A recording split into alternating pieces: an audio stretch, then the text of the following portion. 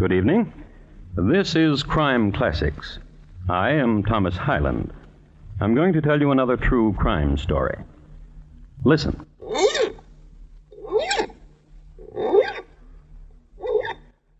The sound you hear is that of a man having his right-hand hook filed. It's Saturday night in London town, and he wants to be gleaming and presentable. The year is 1739, when a well-sharpened hook in London town was considered prudent. And Captain Rat, that's R-A-T-T, besides being a drunkard, a scoundrel, and a smuggler, was a prudent man.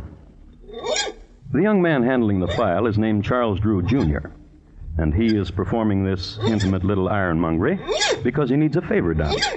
Captain Rat can help him out.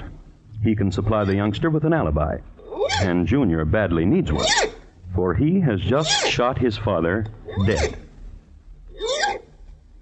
And tonight, my report to you on the shrapnelled body of Charles Drew, Sr.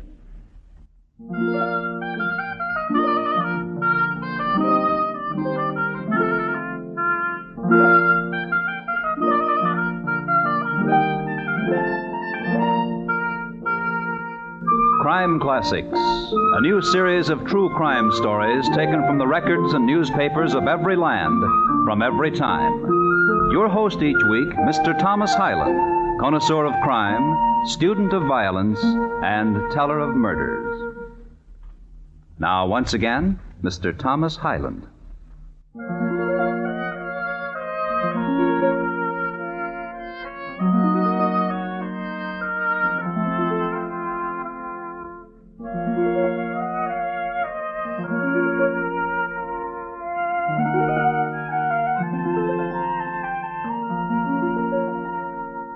The year, as I've told you, is 1739, and the place, Long Melford in the county of Suffolk. Long Melford was a small, quiet town near London, and in it, a manor, and in the manor, a high-vaulted room of roaring fire, great shadows, and flying buttresses. Directly beneath the buttress that flew toward the west, two men, father, son, Charles Drew, Sr., Jr. Son? Yes, Father? The time has come for you and I to have a talk. I'm grateful. There are things vexing me. Perhaps what I have to tell you will answer your vexation. I'm very fortunate. I've tried to be a good father. A most excellent father. There's no one richer than you in Long Melford. Which is what I want to talk with you about. I know. I've drawn my latest will. This. What a gentle and most excellent father I have. Have you ear to what they say of you in the square? No, what do they say? That you are gentle and most excellent. What of the will? I'm leaving everything to your 5 sisters, and to you 6pence, to lend, to spend, to start your fortune. But the last will, the one before this, you left me everything, and only a kind word to my 5 sisters. That was when you were 11. Now you are 19. And a good son. To whom good? To you good. Nay, to the cutthroats and smugglers with whom you cozen. It is not so. This is so, I know it. You consort with people of ill fame, and also with Mr. Richardson's housekeeper. Shall I explain this of Mr. Richardson's housekeeper to you? 'Twould be well. She is a most excellent housekeeper, and I wish to employ her for our own household. And this you have been trying to do for the last year. Well, she demands high payment. Our family can afford high payment. But I personally cannot, Father. Not until I inherit your fortune. And which with this new will never be. Father. I don't scare, son. Wave that gun or...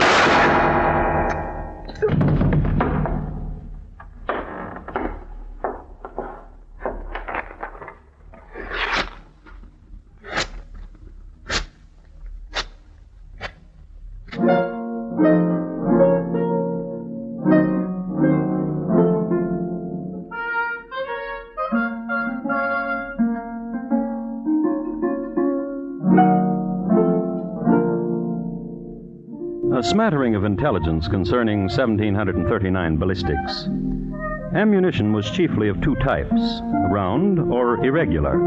The former was manufactured by dropping chunks of molten lead from a great height, and when it reached the vat of water at the bottom of flight, it was round, due to centrifugal forces and gravity. Among men who puttered with this sort of thing, round shot was considered pretty fancy. Mostly, guns were loaded in this era by whatever iron junk was to hand.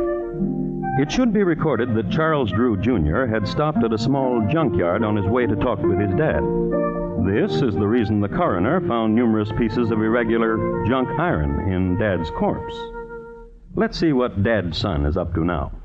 Scene, Ye Old Bunnery, a rundown bake shop on Abernathy Lane. The time, 2 hours later. Principals, Charles Drew, Jr. and a Mr. Humphrey, bun baker. What brings you to Ye Old Bunnery, Charlie? I want to know a thing. And that is what? Humphrey, how would you like £100? You were saying £100? All you must do is say you killed a man.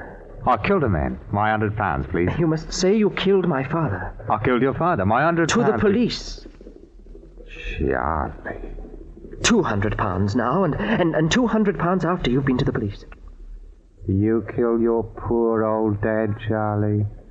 With this pistol. Huh? Leave you to be a very rich man? If someone were to go to the police and said he killed my father, he would be rich too. With his neck in the gibbet. I would guarantee that the man would be released. Inside of a week he would be released. There are jailers who would release such a man, persuaded correctly, with enough money. A guarantee, I know a guarantee. Write me a confession that you killed your poor dear old dad. I will hide it. I will go to the police and confess the deed. If I'm still in jail in a week, I will tell the jailer where to find your confession.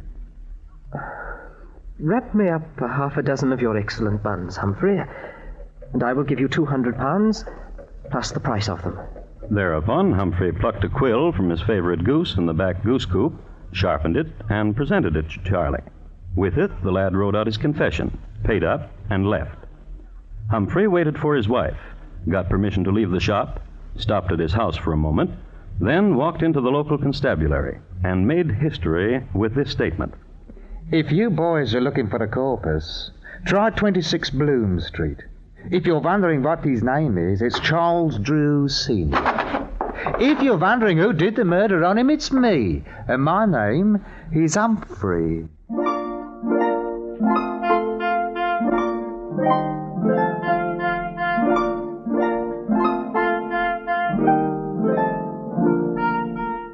The police, upon arriving at the appropriate room at 26 Bloom Street, understood immediately that foul play had been done.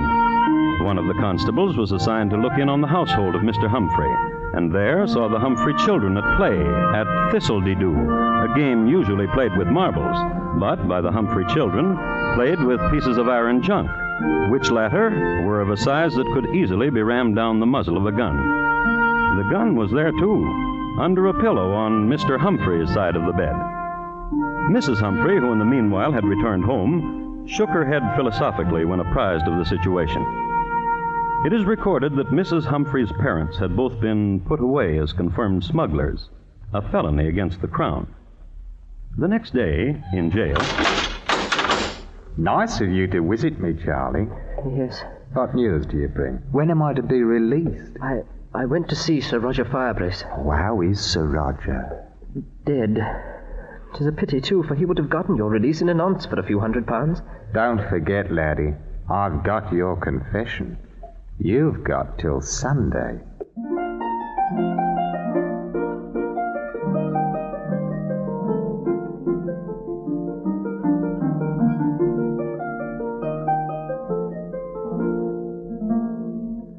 The youngster, however, knew another man of note, Sir Chauncey Fenwick. Sir Chauncey was compassionate and understood the situation exactly, but unfortunately had just had one of his periodic fallings out with the magistrate's wife. But Sir Chauncey did not send the lad away empty-handed. He suggested an old sea dog named Captain Rat, with 2 T's. What's the file, Mr. Drew? You'll be missing me hook and be scraping my wrist. I'm very sorry, Captain Rat.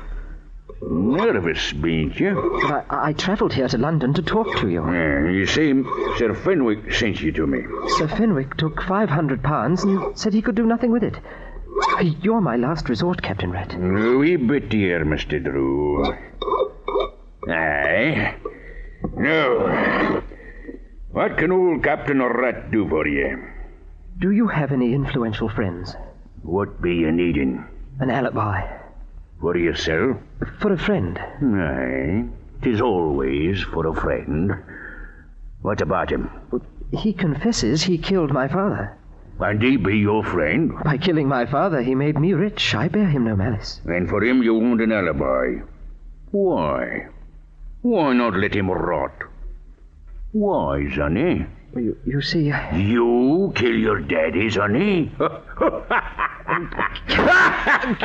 Keep the hook, Captain. You almost stuck me. Pardon, young gentleman. An alibi you wanted it.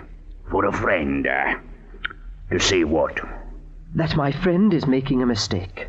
That he is having hallucinations. That he did not kill my father because he was with you the night my father died. And where, Mr. Drew, will that leave you? Well, since one has confessed to the crime, it is doubtful whether I would be charged with it. Sly one. Bean't you a sly one, young gentleman? Bean't you? Oh. I'll travel down to the jail with you and have a talk with your friend. How's that, Very good. I'll need £500 for expenses. Oh, yes. Now. Yes.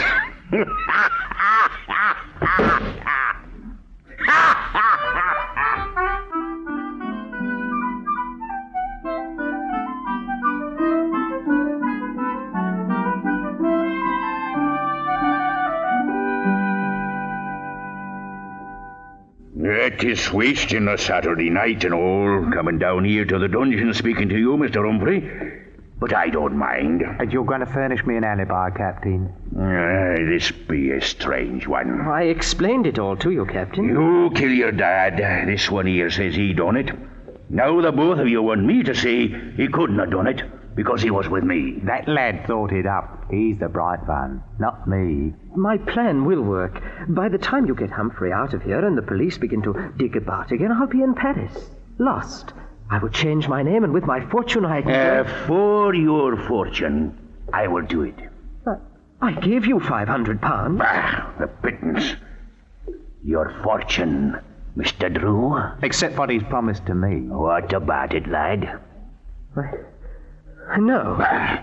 Taylor! Pleasant talking to both of you.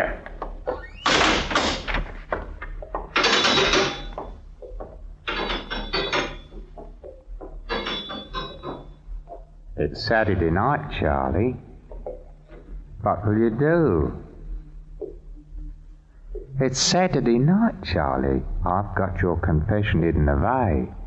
And tomorrow's Sunday. What will you do?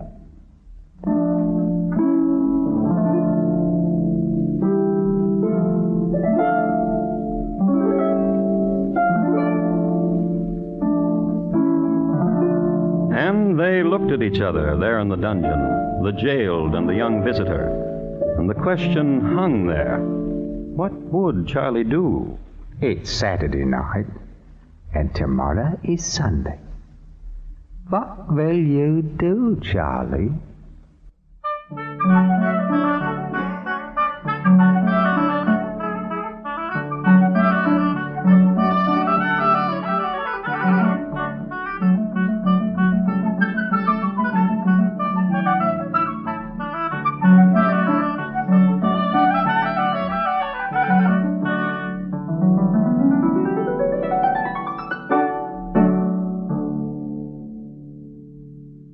You are listening to Crime Classics and your host, Thomas Hyland. Now, once again, Thomas Hyland and the second act of Crime Classics and his report to you on the shrapnelled body of Charles Drew, Sr.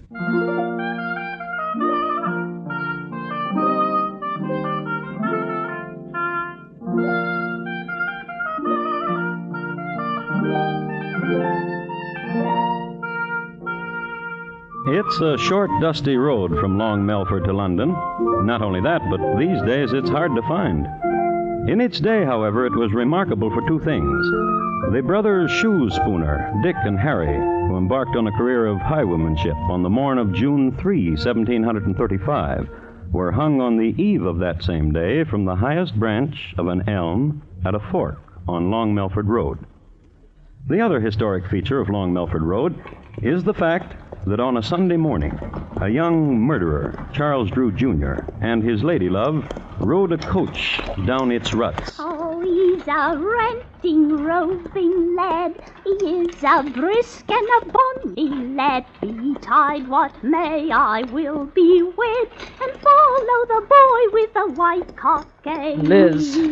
What is it, dearie? Shut up. Everyone's singing that song, dearie. It's the rage. Please, shut up. Oh, Duck, what's the matter? You're the cause of it all. Of what, old Duck? By killing my father. You wanted a way to have all his money?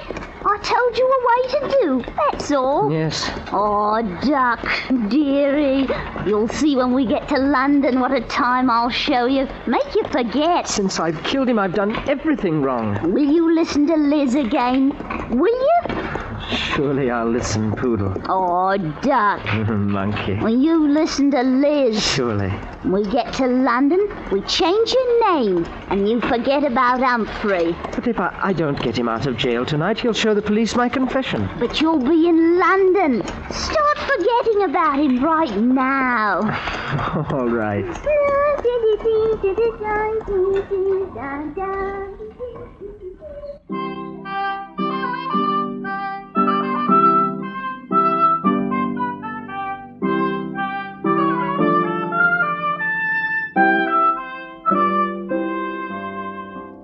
And so they fled to London town, little knowing that they had made a road famous. In London, they located a little-known hideaway called Bonhomme Carter's Thorny Bull Inn on the corner of Asquith and Chiswick. The lad registered under an alias, Thomas Roberts. Liz, however, registered in her own name, Elizabeth Bathal. As this was going on back in Long Melford Jail, where Mr. Humphrey was, there transpired this. In 1 hour, Wifey, I'm getting out of here. You be a fool. How? A fool? When'd you ever have so much money? What bun are you baking, Wifey? This bun. The lad's given you money, all that money, and he's good for more. Aye? All we want. He's a rich one, that's true. We can get more money before you show his confession. How? You said he fled. His Liz told me they were off to London town. You could write him a letter and say as long as he paid you £20 a day, you'd be willing to stay where you are. £20 a day? That's a robbery.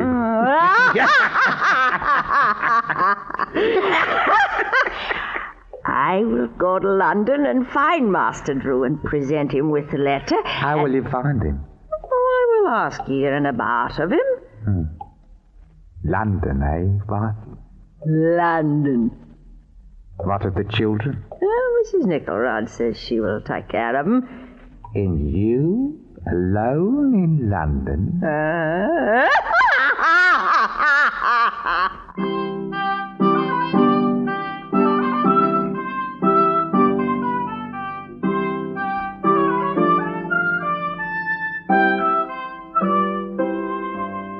So Mrs. Humphrey went to London. A few observations about Mrs. Humphrey. Wash away the flour and the excess dough. Put on long sleeves to hide the muscles made prominent from kneading bun dough. Comb the hair, exchange shoes for boots, and Gertrude Humphrey was rather presentable. When she went to London, Mrs. Humphrey did all of these things, plus making a mental note not to laugh too much, not only because of the horrible sound she made, but also because of the mischievous twitch it brought on, which she could not control. So, off she went to this place, to that, to this pub, to that, asking for a Mr. Drew. I should like to comment here that in 1739 the gin was of an excellent Holland distillation. However, its chemistry had a peculiar reaction with Gertrude Humphrey. Though she fought it, and though she laughed not at the most hilarious joke, including the historically famous one about Lady Mumbly and the Troubadour, the gin caused her to twitch mischievously. This attracted to her London dandies, who plied her with more Holland gin, and who promised her help in finding Mr. Drew, and who never did. But Gertrude never lost sight of her mission, and one night in a pub in Covent Garden... Mister. What's your present, dearie? Well, now, dearie. I want a gin. Gin for the lady.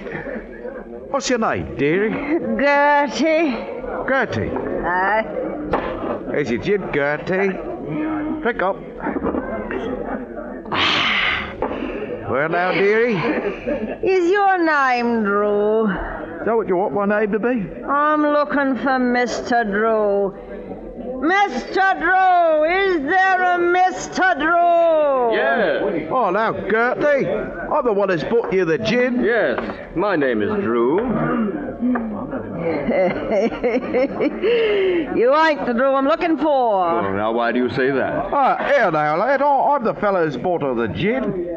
Here's a guinea, my lad. Find another lady who likes gin. Oh, I will, that governor. Thank you. Bye, Gertie. Oh, now, why do you weep, pretty one? You're so beautiful.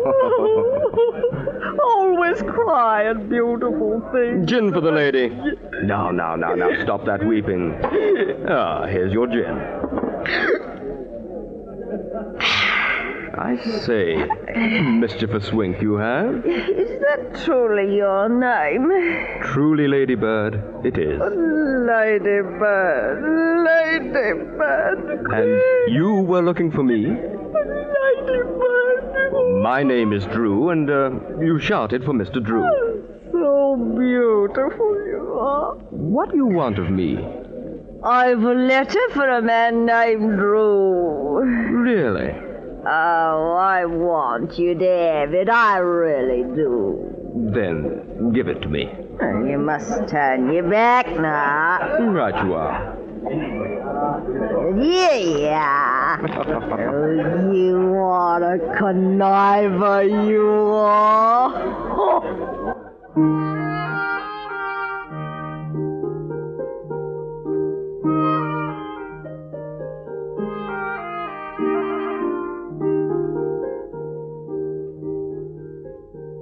His name really was Drew, Timothy Drew. It's one of those coincidences in history which gave rise to the old saw, truth is stranger than fiction, as they say. And he was a curious man, and a proud man, jealous of his name, Drew.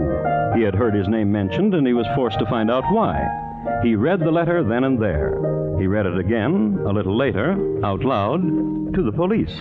Had my missus told you have gone to London with Liz Bathall. But, Charlie, my lad, you shall pay me £20 a day, else I will tell that you have murdered your poor daddy.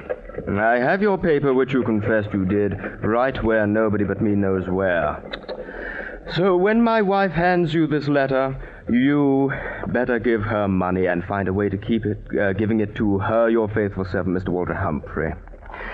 Gentlemen, here in London is a man named Charles Drew. He has murdered his father, and he bears the same surname as I. I cannot permit this deed to go unpunished.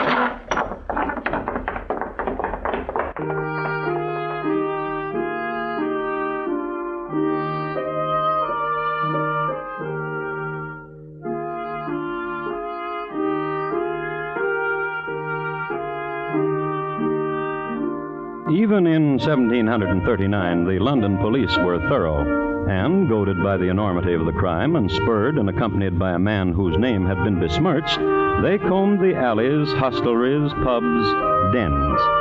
It was late on a moist Thursday morning when Timothy Drew happened into Bonhomme Carter's Thorny Bull Inn on the corner of Asquith and Chiswick. Bonhomme Carter denied the presence of a Mr. Charles Drew, but affirmed that a Liz Bathall was most certainly a guest there. He directed Timothy to Liz's chambers. Who is it? Open the door. No games, dear. It's too early.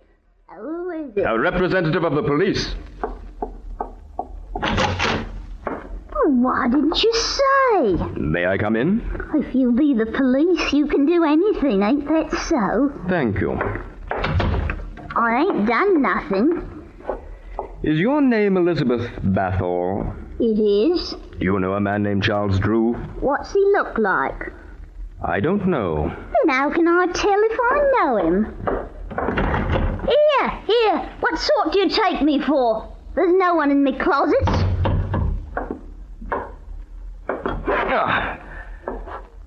What is this young man doing under your bed, madam? A man? What's he... Quiet, woman. Is your name Charles Drew? I'm talking to you under the bed there. Is your name Charles Drew? Sir. Come out from under there, sir.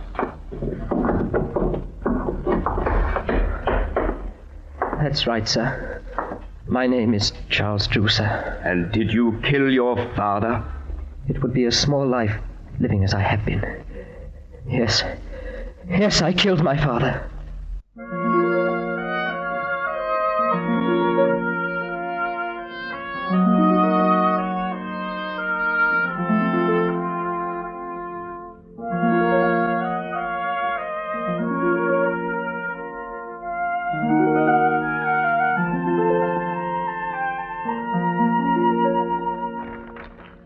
I have the original issue of a Gazette dated January 22nd, 1740, from which I'd like to read.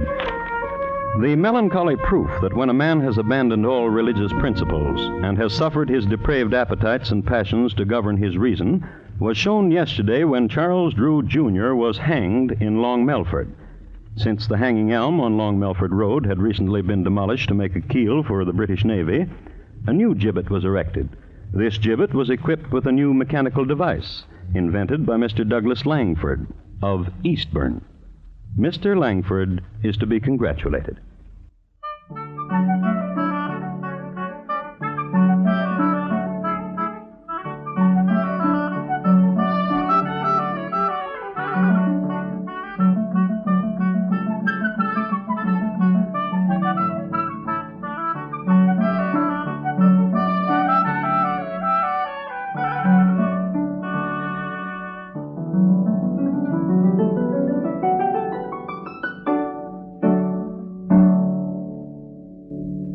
In just a moment, Thomas Hyland will tell you about next week's crime classic. The shrapnel body of Charles Drew, Sr., tonight's crime classic, was adapted from the original court reports and newspaper accounts by Morton Fine and David Friedkin. The music was adapted from themes of the period and conducted by Bernard Herrmann, and the program is produced and directed by Elliott Lewis. Thomas Hyland is portrayed on radio by Lou Merrill. Charles Drew, Jr. was played by Terry Kilburn, and Liz by Betty Harford. Featured in the cast were Paul Frees, Ben Wright, Irene Tedrow, William Johnstone, and Anthony Ellis. Bob Lamont speaking. And here again is Thomas Hyland. Next week, the office directly below that occupied by Oliver Wendell Holmes is the scene of a catastrophe. The place, Harvard Medical School. The time, 1849. My report, on the terrible deed of Dr. Webster. Thank you. Good night. And remember, America now listens to 110 million radio sets and listens most to the CBS radio network.